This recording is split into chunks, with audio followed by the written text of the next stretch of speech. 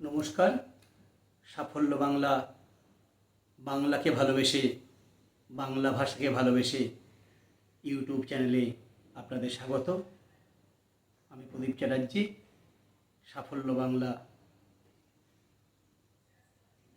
আজকে প্রথমেই আমরা দশম শ্রেণীর পাঠ্য অভিষেক কবিতাটার রেকর্ডিং করব। তিনটে পার্টে আমরা এটাকে ভাগ করব, তিনটে রেকর্ডিং। প্রথম পার্টে থাকবে প্রভাষা এবং মেঘনাদের কথোপকথন। দ্বিতীয় পার্টে থাকবে মেঘনাদ এবং প্রমীলার কথোপকথন। এবং তৃতীয় পার্টে থাকবে রক্ষস কুলপতি রাবণ এবং মেঘনাদের কথোপকথন। আমরা প্রথম পার্টটা আগে অবশ্যই শুনব, প্রথম পার্ট। তার আগে পিতামাতাকে প্রণাম এবং আমাকে যে ইউটিউব চ্যানেলটা খুলতে ইন্সপায়ার করেছে তাকে অসংখ্য স্নেহ জানিয়ে আমি আমার আজকের রেকর্ডিং শুরু করছি। মনে রাখবেন, যদি ভালো লাগে তাহলে অবশ্যই চ্যানেলটিকে সাবস্ক্রাইব করবেন। সাফল্য বাংলা, বাংলাকে ভালোবেসে, বাংলা ভাষাকে ভালোবেসে। দশম শ্রেণীর অভিষেক কবিতাটার প্রথম পাঠ। এটা আমরা জানি যে দশম শ্রেণীর যে অভিষেক কবিতাটা পাঠ্য আছে সেটি মেঘনাদ বধ। মেঘনাদ দন্তন্য একাদ বধ, মেঘনাদ বধ কাব্যের প্রথম স্বর্গ অভিষেক। মেঘনাদ বধ কাব্যে মোট 9টি স্বর্গ আছে, যার মধ্যে প্রথম স্বর্গ হচ্ছে অভিষেক এবং ষষ্ঠ স্বর্গ বধ। সেই ষষ্ঠ স্বর্গে রাবণ নন্দন মেঘনাদ বা ইন্দ্রজিৎ মারা যায়। তার মধ্যে প্রথমটা আমাদের মধ্যশিক্ষা পর্ষদ পাঠ্য দিয়েছে। আমার আলোচনা শুনে আশা করি মাধ্যমিক যারা দেবে তাদের বহু প্রশ্নের সমাধান হয়ে যাবে। প্রথমেই জানব যে মেঘনাদ বধ কাব্য কত সালে প্রকাশ পায়। মাইকেল মধুসূদন দত্তের মেঘনাদ বধ কাব্যটি প্রকাশ পায়, অবশ্যই বইয়ের মধ্যে নোট করবে, 1861 খ্রিস্টাব্দে অভিষেক। মেঘনাদ বধ কাব্য 1861 খ্রিস্টাব্দে প্রকাশ পায় এবং আমরা কবিতাটা যে পড়ব সেখানে অভিষেক, অভিষেক মানে হচ্ছে অভিষিক্ত হওয়া। যেখানে অ্যাকচুয়াল যে তিনটে পাঠ বললাম, আমরা শেষ পাঠে দেখব রাবণ সেনাপতি রূপে তার পুত্র মেঘনাদকে অভিষিক্ত করলেন, অভিষেক করলেন। কারণ সেনাপতি পদ যদি না হয় তাহলে রাবণ নন্দন মেঘনাদ, নন্দন শব্দের অর্থ পুত্র, কখনোই যুদ্ধযাত্রা করতে পারবেন না। কারণ যে অপোনেন্ট, যে প্রতিপক্ষ আছে সে হলো রঘুকুলপতি রামচন্দ্রের সঙ্গে যুদ্ধ। অভিষেক পদে যদি বরণ না হয়, অভিষিক্ত না হয়, তাহলে সে কীভাবে এমন এক মৃত্যুযুদ্ধে অবতীর্ণ হতে পারবে। দেখো, প্রথমেই বলি যে রামচন্দ্র, আমরা প্রথম পাঠটা যেটা পড়ব, রামচন্দ্র এই মেঘনাদ এবং প্রভাষার কথোপকথন। তার আগে বলে দিই যে রামচন্দ্রকে যুদ্ধে হারিয়ে, নিশারণে রাতের যুদ্ধে হারিয়ে মেঘনাদ গিয়েছিলেন প্রমোদ কাননে। প্রমোদ কানন হচ্ছে লঙ্কার মধ্যেই অবস্থিত একটা উদ্যান, যেখানে তিনি ছিলেন পত্নী প্রমীলা এবং বামাদল। বামাদল মানে নারী সঙ্গ, মহিলা সঙ্গ, না বামাদল মাঝে। সেই বামাদল মাঝে যখন মেঘনাদ অবস্থান করছিলেন সে সময় হঠাৎই রামচন্দ্র লঙ্কাপুরী আক্রমণ করে বীরবাহুকে হত্যা করে। বীরবাহু হচ্ছে মেঘনাদ বা ইন্দ্রজিতের কনিষ্ঠ ভ্রাতা। মেঘনাদকে হত্যা করে এবং এই মেঘনাদকে হত্যার কারণে এই যে লঙ্কার করুণ পরিস্থিতি, এবং সেই পরিস্থিতিতে রাবণ যুদ্ধযাত্রা করতে চান রামচন্দ্রের উদ্দেশ্যে, সেই সংবাদ কুললক্ষ্মী, সমুদ্রকন্যা লক্ষ্মী এই করুণ সংবাদ মেঘনাদকে প্রমোদ কাননে পৌঁছতে চান। কারণ প্রমোদ কাননে থাকার কারণে মেঘনাদ এগুলো কিছু জানতে পারেননি। তা তিনি যেহেতু কুললক্ষ্মী, তিনি ছদ্মবেশ ধারণ করলেন। তিনি মেঘনাদের ধাইমা, ধাত্রীমা বলা হয়। ধাত্রী মানে ধারণ করতে। অর্থাৎ আগেকার দিনে যখন সন্তান প্রসব হতো, যিনি প্রথম ধারণ করতেন বাচ্চাটাকে তাকে ধাইমা বলা হতো। এবং আমরা জানি এই হাসপাতাল বলো, নার্সিংহোম বলো, নার্স বলো, এইসবের আবিষ্কারের আগে, এগুলো সৃষ্টির পূর্বে এই ধাত্রীমারাই প্রত্যেক বাড়িতেই প্রসব করাতেন।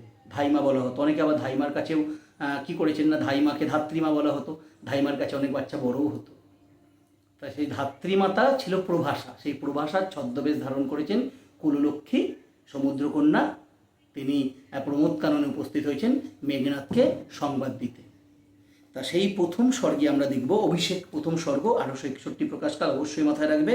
আমি যে লাইনগুলো বলবো অবশ্যই নোট করবে, আশা করি তোমাদের মাধ্যমিকের অনেকটা অভিষেক কবিতার যে জটিলতা তার সমাধান হয়ে যাবে। কনক আসন ত্যাজি, কনক মানে সোনার, আসন মানে সিংহাসন, ত্যাজি মানে ত্যাগ করে। প্রমোদ কাননে সোনার সিংহাসনে বসে মেঘনাদ কনক আসন ত্যাজি বীরেন্দ্র কেশরী ইন্দ্রজিৎ, বীরেন্দ্র কেশরী, বীর ইন্দ্র, বীরেন্দ্র বীর, দেবরাজ ইন্দ্র, অ্যাকচুয়াল দেবরাজ ইন্দ্রকে পরাস্ত করেছেন ইন্দ্রজিৎ, তাই বীর ইন্দ্র, বীরেন্দ্র বলি, বীরেন্দ্র কেশরী, কেশরী মানে হচ্ছে কেশর আছে তার, কার কেশর আছে? পশুরাজ সিংহের। তাহলে পশুরাজ সিংহের বীরত্বের সঙ্গে মেঘনাদকে কম্পেয়ার, তুলনা করা হয়েছে। পশুরাজ সিংহের বীরত্বের সঙ্গে মেঘনাদকে তুলনা করা হয়েছে, তাই বীরেন্দ্র কেশরী ইন্দ্রজিৎ। বীরেন্দ্র মানে জানি, ইন্দ্র মানে হচ্ছে প্রধান বা শ্রেষ্ঠ, আর বীর মানে বীর, বীর শ্রেষ্ঠ। বীরেন্দ্র কেশরী, বীর শ্রেষ্ঠ প্রথমে, তাহলে বীর ইন্দ্র, ইন্দ্র মানে শ্রেষ্ঠ। দেবরাজকে বলা, দেখো দেবরাজ ইন্দ্র শ্রেষ্ঠ, দেবতাদের মধ্যে শ্রেষ্ঠ। আর কেশরী মানে কেশর আছে না, সেই পশুরাজ সিংহের সঙ্গে তাকে কম্পেয়ার করা হয়েছে, তুলনা করা হয়েছে। কনক আসন ত্যাজি, দেখো তার শ্রদ্ধাশীলতা, দেখো এটা ধাইমা, সে ইনি হচ্ছে লঙ্কাপুরী রাবণ পুত্র, তা সেখানে রাবণ পুত্র হওয়া সত্ত্বেও ধাত্রীমাতার প্রতি তার যে শ্রদ্ধাশীলতা, এটা যদি ইন্দ্রজিৎ চরিত্র পরীক্ষা আছে তুমি একটা পয়েন্ট পেয়ে যাবে, শ্রদ্ধাশীল। কনক আসন ত্যাজি, কনক মানে সোনার, বীরেন্দ্র কেশরী ইন্দ্রজিৎ প্রণমিয়া ধাত্রী, প্রণমিয়া মানে এটা কাব্যিক, প্রণাম করলেন, ধাত্রী মানে ধাইমার চরণে, সিংহাসন ত্যাগ করলেন ধাইমাকে দেখে, এবং প্রণমিয়া মানে প্রণাম করলেন, ধাত্রী মানে ধাইমার চরণে মানে পায়। অবশ্যই নোট করবে শব্দ অর্থগুলো, তাহলে তোমার বাড়িতে পড়তে অবশ্যই সুবিধা হবে। কহিলা, কহিলা মানে বললে, কি হেতু মাতো গতি তব আজি এ ভবনে, কি হেতু মাতো, হেতু মানে জানি কারণে, কি মানে কি, মাতো মানে মা, এটা কাব্যিক, একটা কাব্যিক প্রয়োগ, মাতো। গতি তব আজি, গতি মানে গমন, তব মানে তোমার, আজি মানে আজকে, গতি তব আজি এ ভবনে, এ ভবন মানে প্রমোদ কাননে। কহ দাসে লঙ্কার কুশল, কহ দাসে মানে এখানে মেঘনাদ নিজেকে বা ইন্দ্রজিৎ নিজেকে কার দাস বলেছেন? প্রভাষার দাস বলেছেন। যে কহ দাসে লঙ্কার কুশল, কুশল শব্দের অর্থ লেখো ভালো মন্দ সংবাদ, আমাকে তুমি লঙ্কার ভালো মন্দ সংবাদটা বলো, তুমি যখন এখানে এসছো। এবার দেখো, কহ দাসে লঙ্কার কুশল, শির চুম্বি, শির মানে মাথা, চুম্বি মানে চুম্বন করলেন। এবার প্রভাষা, প্রভাষা অ্যাকচুয়াল কে ছিলেন? দেবী লক্ষ্মী, কুললক্ষ্মী, কুললক্ষ্মী ইন্দ্রজিৎকে প্রভাষার ছদ্মবেশে, ধাত্রীমাতার ছদ্মবেশে এসেছেন লঙ্কার সংবাদ দিতে। তা শিরচুম্বী, ছদ্মবেশী অম্বুরাশি সুতা উত্তরীলা, ছদ্মবেশী মানে ছদ্মবেশ ধারণ করেছেন, আমরা আগেও বলেছি।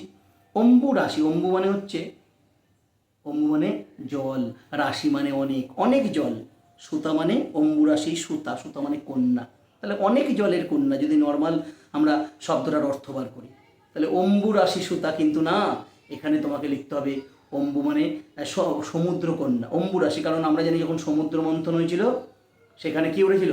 অমৃত যেমন হয়েছিল তেমন কুললক্ষ্মী উঠেছিলেন, তাই কুললক্ষ্মীকে বলা হয় সমুদ্র কন্যা।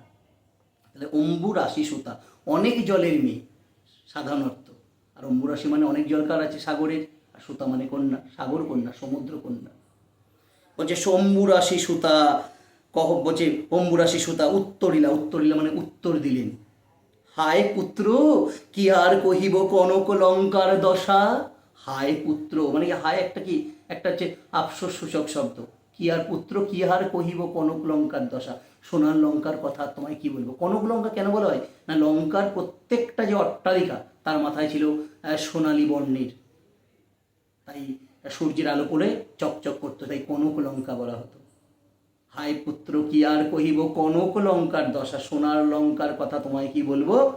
ঘোরতর রণে মানে প্রচণ্ড যুদ্ধে, বলছে ঘোরতর রণে, রণে মানে যুদ্ধে, ঘোরতর মানে প্রচণ্ড, হত প্রিয় ভাই তব, যে তোমার হত মানে মারা গেছে, হত প্রিয় ভাই তব, হত মানে মারা গেছে তোমার প্রিয় ভাই, তাহলে হত প্রিয় ভাই তব, ঘোরতর রণে হত প্রিয় হত প্রিয় ভাই তব বীরবাহু বলি, বলি মানে বলশালী, বলি মানে বলশালী বা শক্তিশালী। বীরবাহু কে ছিলেন?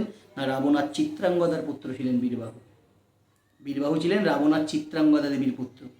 তাহলে হত তব প্রিয় ভাই, হত প্রিয় ভাই তব বীরবাহু বলি, তার শোকে মহাশোকী রাক্ষসাধিপতি। তার শোকে, তাহলে কার শোকে? লাইনটা ইম্পর্টেন্ট। তার শোকে মহাশোকী রাক্ষসাধিপতি। কার শোকে? কি মহাশোকী? না তার শোকে, বীরবাহুর শোকে। মহাশোকী মানে প্রচণ্ড শোক পেয়েছেন, প্রচণ্ড আঘাত পেয়েছেন। রাক্ষসাধিপতি ভাঙো, রাক্ষস প্লাস অধিপতি মানে রাক্ষস বংশের অধিপতি ইকুয়াল টু কে? রামচন্দ্র, রাবণ। তার শোকে মহাশোকী রাক্ষসাধিপতি রাবণ। এবং সসৈন্যে সাজেন, সসৈন্যে মানে সৈন্য নিয়ে, সাজেন মানে সেজে উঠেছেন। সসৈন্য সমাজকে সৈন্যের সহিত বর্তমান সহার্থক বহুব্রী। সসৈন্যে সাজেন আজি মানে আজকে, যুঝিতে আপনি, যুঝিতে মানে যুদ্ধ করতে, আপনি মানে নিজেই। তার শোকে মহাশোকী রাক্ষসাধিপতি, সসৈন্যে সাজেন আজি যুঝিতে আপনি। কার শোকে কি মহাশোকী পারব? তার রাক্ষসাধিপতি রাবণ। যুঝিতে মানে স্যার দেখো যুদ্ধ করতে, আজি মানে আজকে। তাহলে এতটা শোক পেয়েছেন পুত্রের মৃত্যুতে রাবণ, বীরবাহুর মৃত্যুতে, যে তিনি নিজেই রামচন্দ্রের সঙ্গে যুদ্ধ করতে চান। এই সংবাদটা প্রভাষার মারফত মেঘনাদ প্রমোদ উদ্যানে পায়। তার শোকে মহাশোকী রাক্ষসাধিপতি, সসৈন্যে সাজেন আজি যুঝিতে আপনি। নেক্সট বলেছে দেখো, জিজ্ঞাসিলা মহাবাহু বিস্ময় মানিয়া। জিজ্ঞাসিলা মানে কাব্যিক প্রয়োগ, জিজ্ঞাসা করলেন। মহাবাহু শব্দের অর্থ বাহু, বীরের বাহু। মহাবাহু, মহা মানে বড়, বাহু মানে হাত, বড় হাত, এটা হয় না কাব্যিক প্রয়োগে কি? মহাবাহু মানে বীরের বাহু, যার বীরের বাহু আছে মেঘনাদ। বলছে জিজ্ঞাসিলা মহাবাহু বিস্ময় মানিয়া, বিস্ময় মানে অবাক হয়ে, বিস্ময় মানিয়া মানে কি? অবাক হয়ে জিজ্ঞাসা করলেন। কেন অবাক হলেন? দেখো লেখা আছে, কি কহিলা ভগবতী, কি কহিলা ভগবতী। কি বলছো মা? ভগবতী মানে মা। কি কহিলা ভগবতী, কি বলছো মা? কে বধিল কবে পিয়ানুজে। কে বধিল? কে মারলো? বধিল মানে মারলো। কবে মারলো? পিয়ানুজে, প্রিয়ানুজ মানে প্রিয় অনুজ, অনুজ মানে ছোট। মেঘনাদ বড়, বীরবাহু ছোট। তাই কে বধিল কবে পিয়ানুজে, কে কবে, কে মারিছে, কবে মেরেছে। প্রিয়ানুজে মানে প্রিয় অনুজকে, মানে ছোটকে, আমার প্রিয় ছোট ভাইকে কে মেরেছে? কে বধিল কবে পিয়ানুজে, কে বধিল, কে মারলো, কবে মারলো প্রিয় অনুজকে, অনুজ মানে ছোট, বীরবাহুকে। বলছে নিশারণে, রাতের যুদ্ধে, রাতের যুদ্ধে। আমরা জানি যে রামচন্দ্র লঙ্কাপুরীর যে রাবণ কিংবা মেঘনাদের সঙ্গে যুদ্ধে জয়ী হয়েছে, তা হচ্ছে মায়াদেবীর ছলনা। মায়াদেবীর ছলনায় কিন্তু রামচন্দ্র যুদ্ধে জয় করেছে। এবং হ্যাঁ, তুমি যদি মেঘনাদ বধ কাব্য করো, মেঘনাদ বধ কাব্যে কিন্তু বাল্মীকি রামায়ণ কিংবা রামায়ণের যে অনুবাদক ছিলেন কীর্তিবাস ওঝা, তার কোনো মিল নেই। তুমি মূল রামায়ণে প্রমীলার কথা পাবে না। প্রমীলা হচ্ছে আমাদের মধুসূদনের কাল্পনিক সৃষ্টি। মধুসূদন প্রমীলা চরিত্র উপস্থাপনা করেছেন। অ্যাকচুয়াল মধুসূদন দত্ত মধু কবি বলতে পারি। এই যে অভিষেক কবিতার যে মেঘনাদ বধ, মেঘনাদ হচ্ছে অ্যাকচুয়াল মধুকবির মানস পুত্র। তা মানস পুত্রকে তিনি বলেছিলেন যে my favourite Indrajit, the glorious son of রাবানা। My favourite Indrajit, যার দ্য গ্লোরিয়াস সন অফ রাবানা। বলছে কি কহিলা ভগবতী, কি বলছো মা? কে বধিল কবে পিয়ানুজে, কে হত্যা করেছে, কবে হত্যা করেছে? প্রিয়ানুজে, প্রিয় অনুজকে, প্রিয় ছোট ভাইকে আমার। নিশারণে, রাতের যুদ্ধে। সংহারিনু আমি রঘুবরে, সংহারিনু মানে হত্যা করেছি আমি, সংহার মানে হত্যা করা, আমি মানে আমি, রঘুবর মানে রামচন্দ্রকে। আমরা জানি যে রামচন্দ্র রঘুকুলপতি, রঘুবংশের সন্তান রামচন্দ্র, রঘুকুলপতি, তাই তাকে রামচন্দ্রকে বলা হয় রঘুকুলপতি। তা বলছে কে বধিল কবে পিয়ানুজে, নিশারণে রাতের যুদ্ধে। সংহারিনু আমি, হত্যা করেছি আমি রঘুবরে, রামচন্দ্রকে। খণ্ড খণ্ড করিয়া কাটেন, খণ্ড খণ্ড করে কেটেছি বরশি, বরশি মানে বর্ষণ করে, বর্ষণ করায় তীর, প্রচণ্ড স্বর। বলছে বড় খণ্ড খণ্ড করিয়া কাটেন বরশি প্রচণ্ড স্বর বৈরী দলে। স্বর মানে তালস্বর, স্বর মানে তীর, বৈরী দল মানে শত্রু দলকে। খণ্ড খণ্ড করিয়া কাটিনু বরশি প্রচণ্ড স্বর বৈরী দলে। তাহলে প্রচণ্ড স্বর মেরে, তীর বর্ষণ করে আমি খণ্ড খণ্ড করে কেটেছি বৈরী দল মানে শত্রু দলকে, মানে রামচন্দ্রকে। খণ্ড খণ্ড করিয়া কাটেনু বরশি প্রচণ্ড স্বর বৈরী দলে। তবে এই বার্তা মানে সংবাদ, খবর, এ অদ্ভুত বার্তা, এ অদ্ভুত খবর জননী কোথা পাইলে তুমি, জননী তুমি কোথায় পেয়েছো? শীঘ্র কহ দাসী, তুমি আমায় শীঘ্র বলো। এ বার্তা, এ অদ্ভুত বার্তা কোথা পাইলে জননী? জননী কোথা পাইলে তুমি, কোথায় পেলে তুমি জননী? শীঘ্র কহ দাসে, এই দাসকে, আমি তোমার দাস, তুমি আমার মা, শীঘ্র কহ, তাড়াতাড়ি বলো। এই কথা অবাক হয়ে গেছে, কারণ সে তো রাতের যুদ্ধে হত্যা করেছে। এটা তো মায়াদেবীর ছলনা, বুঝতে পারিনি। রামচন্দ্র যে রাতের যুদ্ধে হত্যা হওয়ার পরেও পুনর্জীবন লাভ করেছে, এটা তো আনএক্সপেক্টেড ব্যাপার। কার কাছে? মেঘনাদের কাছে। সে তো যুদ্ধের পরেই প্রমোদ কাননে গিয়েছিলেন বামাদল মাঝি, কিন্তু ইতিমধ্যে কি হয়, স্যার ইতিমধ্যে রামচন্দ্র লঙ্কাপুরীতে প্রবেশ করে বীরবাহুকে হত্যা করে। তাই এর কাছে অদ্ভুত বার্তা, অদ্ভুত বার্তা কোথা পাইলে জননী, কোথায় পেয়েছো মা? শীঘ্র কহ দাস, এই দাসকে তুমি তা শীঘ্র বলো। এটা বলার পর রত্নাকর, রত্নোত্তম, রত্নাকর মানে সাগর, রত্নের আকর, সমাস হলে হবে রত্নাকর, রত্নের আকর, সম্বন্ধ তৎপুরুষ। আর যদি বহুব্রী করো তাহলে হবে রত্ন, রত্নের আকর, যা বহুব্রী সমাস। তাহলে বলছে রত্নাকর রত্নোত্তমা, তাহলে সাগরে রত্নাকর মানে সমুদ্র, রত্নোত্তমা ভাঙো, রত্ন প্লাস উত্তমা, স্ত্রীলিঙ্গ তো, দেবী লক্ষ্মী তো স্ত্রীলিঙ্গ, তাই উত্তমা। রত্নাকরের, রত্নের মধ্যে উত্তমা মানে শ্রেষ্ঠ, তাই তো সমুদ্রে তো অনেক রত্ন আছে, তার মধ্যে শ্রেষ্ঠ রত্নকে দেবী লক্ষ্মী, সকল ঐশ্বর্যের অধিকারিণী। রত্নাকর রত্নোত্তমা ইন্দিরা সুন্দরী উত্তরীলা। ইন্দিরা সুন্দরী মানে, স্যার ইন্দিরা সুন্দরী কাকে বলা হয়েছে? না, ইন্দিরা হচ্ছে ইন্দ্র বা ঐশ্বর্য আছে তার। ইন্দিরা কাকে বলে? ইন্দিরা মানে হচ্ছে ইন্দ্র বা ঐশ্বর্য আছে যার, তাকে ইন্দিরা বলে। ইন্দিরা সুন্দরী কার নাম? দেবী লক্ষ্মীর নাম। উত্তরীলা, অ্যাকচুয়াল দেবী লক্ষ্মী তো গিয়েছিলেন কার ছদ্মবেশে? প্রভাষার ছদ্মবেশে। সেখানে তার পরিচয় দিয়ে দিয়েছে, দেখো আগে প্রথমে প্রভাষা দিয়েছিল ধাত্রীমা, এবার তার আসল পরিচয় দিয়েছে। রত্নাকর মানে সাগরের, রত্নের মধ্যে উত্তমা, তার অসংখ্য রত্ন, তার মধ্যে শ্রেষ্ঠ রত্ন কে? না দেবী লক্ষ্মী। আর ইন্দিরা নাম কেন তার? না ইন্দ্র বা ঐশ্বর্য আছে যার, তাই তার নাম ইন্দিরা। ইন্দিরা সুন্দরী উত্তরীলা, দেবী লক্ষ্মী অত্যন্ত সুন্দরী। হায় পুত্র মায়াবী মানব সীতাপতি, সীতাপতি মায়াবী মানব, সত্যি তো। যদি মায়াবী মানব না হয় তাহলে সে পুনর্জীবন লাভ কিভাবে করতে পারে? মায়াবী মানে যিনি হচ্ছে ইন্দ্রজাল জানেন, ও ইন্দ্রজালিক, যিনি ইন্দ্রজাল জানেন, অলৌকিকতা জানেন। মায়াবী মানব সীতাপতি তব স্বরে মরিয়া বাঁচিল, তোমার তীরে মরেও আবার বেঁচে উঠেছে। তব স্বরে মরিয়া বাঁচিল, এই কথা বলার মানে তব স্বরে, তোমার তীরে, মরিয়া মানে মরেও আবার বেঁচে উঠেছে, পুনর্জীবন লাভ করেছে। তব স্বরে মরিয়া বাঁচিল। যাও তুমি তড়া করি, তুমি তাড়াতাড়ি তড়া করি, শীঘ্র যাও, যাও তুমি তড়া করি। প্রভাষা তাকে যেতে বলছে, যাও তুমি তড়া করি। দেখো লেখা আছে রক্ষ, তারপর লেখা আছে রক্ষ কুলমান। রক্ষ মানে প্রথম রক্ষ শব্দের অর্থ রক্ষা করো, তোমরা নোট করবে অবশ্যই, না তো বাড়িতে পড়তে পারবে না। রক্ষ, রক্ষ কুলমান, রক্ষা করো। রক্ষ, দ্বিতীয় রক্ষ মানে রাক্ষস, কুল মানে কুলের, মান মানে সম্মান। রক্ষ, রক্ষ কুলমান এ কাল সমরে, এই মৃত্যুযুদ্ধে, এ কাল সমরে মৃত্যুযুদ্ধে। রক্ষ মানে রক্ষা করো, চূড়ামণি। চূড়ামণি কাকে বলা হয়েছে? মেঘনাদকে বলা হয়েছে। কেন না, চূড়ামণি মানে হচ্ছে রাক্ষস শ্রেষ্ঠ, তুমি, তুমি রাক্ষস শ্রেষ্ঠ, দেব দৈত্য নরবিজয়ী, তুমি ইন্দ্রজিৎ, তুমি মেঘনাদ। এ কাল সমরে রক্ষ চূড়ামণি।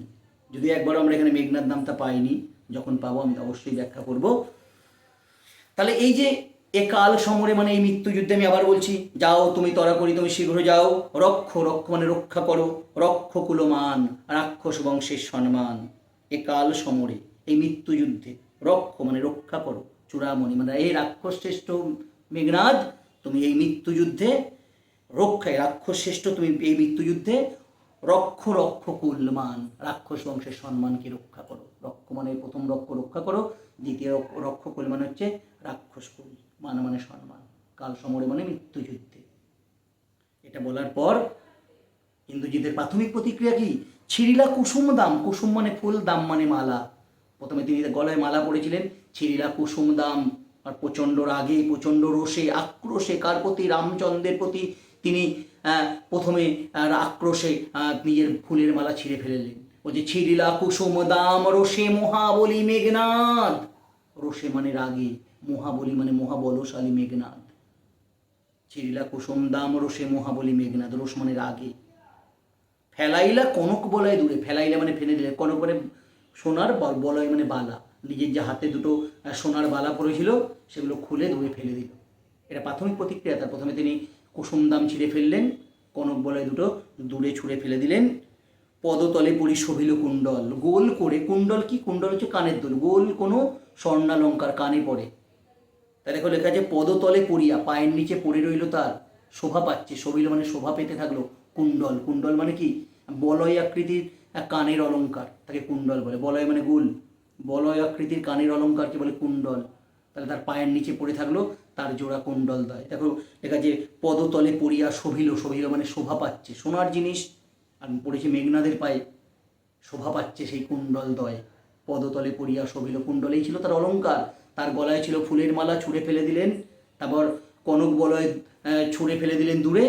তার পায়ের নিচে পড়ে রইল তার বলয় আকৃতির কুণ্ডল দুটি, যা দেখে কবি বললেন যথা অশোকের ফুল অশোকের তলে আভাময়। অশোক গাছ আমরা জানি যে অশোক গাছ কী হয় না, অশোক গাছে অশোক ফুল হয়। শিশিরের আঘাতে সেই ফুলগুলো যখন গায়ে গাছের নিচে পড়ে থাকে অত্যন্ত শোভা পায়। যেমন শিউলি ফুল শোভা পায় তোমরা জানো, গাছের নিচে গোল হয়ে পড়ে থাকে।